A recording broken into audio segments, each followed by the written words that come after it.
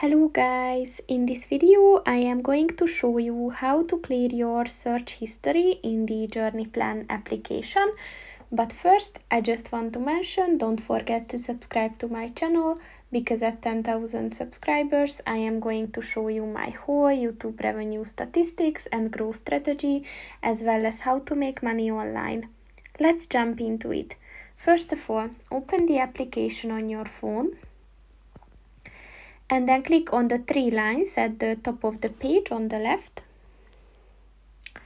And then click on the settings button. And if you scroll down, look for the clear history button. And this will clear all your recently used points and strips. So if you want to do that, just click on that. And then click on the OK button to confirm it. And it is done. So that's pretty much it for this video, guys. See you in the next one. Goodbye.